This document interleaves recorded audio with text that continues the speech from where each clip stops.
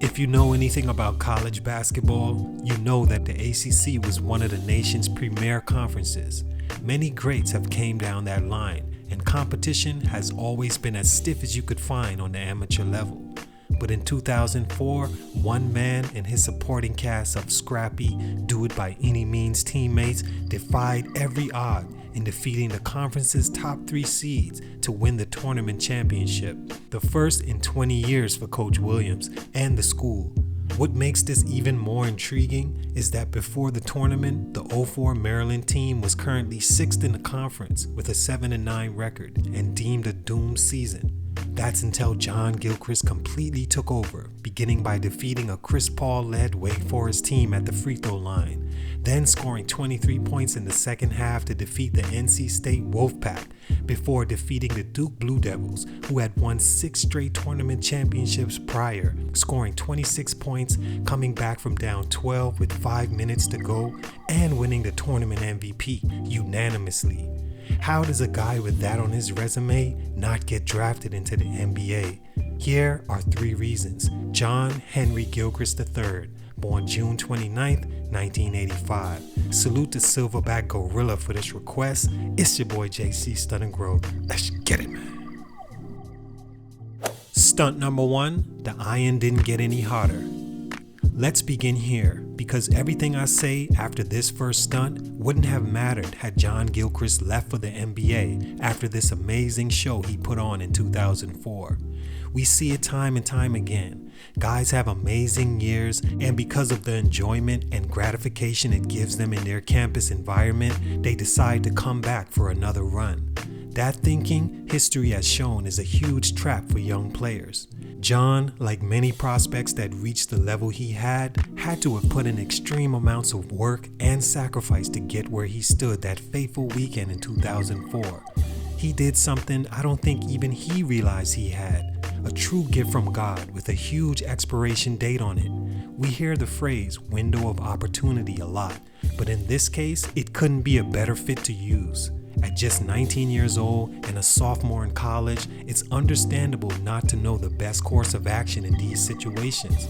Sometimes the people closest to you are caught up in the same bubble of love you're in and can be blinded by your newfound celebrity in your town, therefore incapable of giving you the advice on career moves you so desperately need. You can't always expect that from your coaches either, because like I said, John did something for the school that hadn't happened in over 20 years. So understandably, Coach Williams isn't going to be the one to want to lose you at such a young age. Sometimes outside advice and consulting is exactly what you need. With that said, visit stuntedgrowth3.com now and receive consulting advice from a professional that played Division I basketball and at the pro level. Guidance is priceless. Count on me to tell you everything you do and don't want to hear. John didn't get this guidance, and after an amazing year, he decided to return to school for his junior season.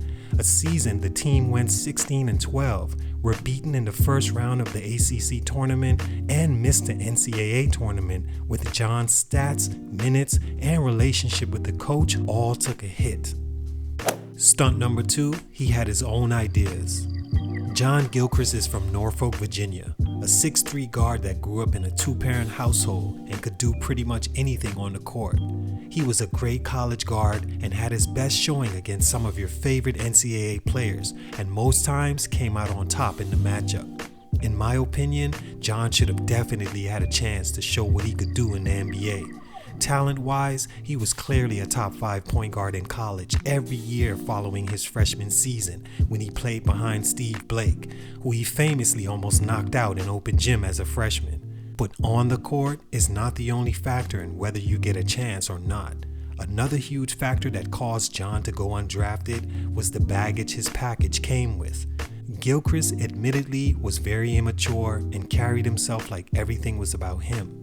He said himself how he wasn't ready for the fame and money that would have came with the NBA had he left after his sophomore year.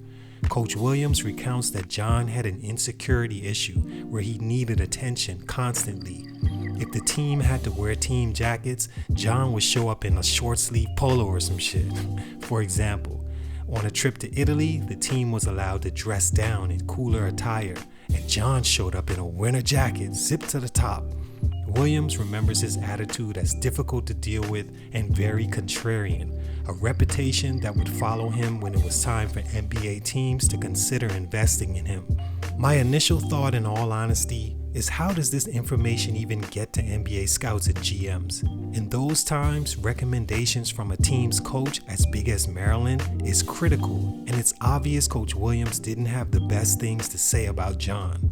In my opinion, that's why he wasn't drafted. Yes, he had an attitude. Yes, he had an ego. And yes, he required attention constantly.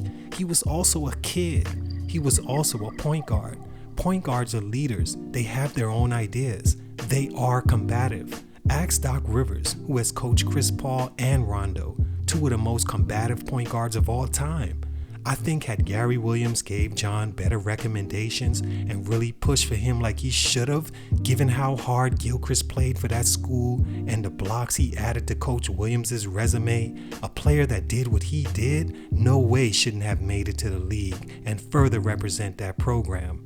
Now, John may see this and defend his coach, but in my opinion, his immaturity issues should have stayed in-house.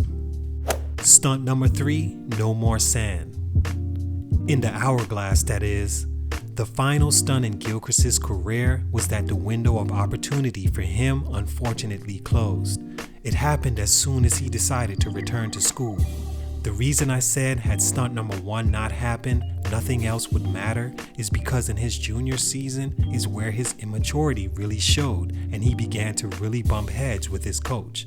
During their ACC tournament loss to Clemson, John's attitude and immaturity would rear its head at halftime when he refused to re-enter the game, allegedly because he just didn't want to play anymore.